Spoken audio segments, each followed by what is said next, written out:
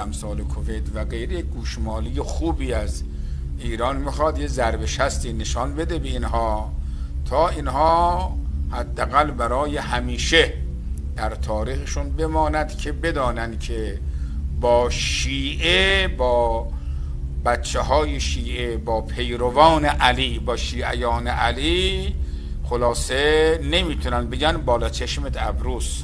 همین 4 تا بچه شیعه در اون جنگ 33 روزه سومین ارتش مقتدر دنیا را به زانو در آورد. شما که اصلا عددی نیستید. شما در عرض 3 ساعت برایشان کاخ ملک سلمانتون رو بچه ایرانی ها خاکش با توبره میکشن، فقط منتظر دستور مراجع اعظام و رهبری هستن و واقعا هم همینطوریست. یعنی حتی اگر همچه چیزی باشه جزء کسانی که در خط مقدم باشه ما خودمون شبکه رو رها میکنیم میریم اونجا.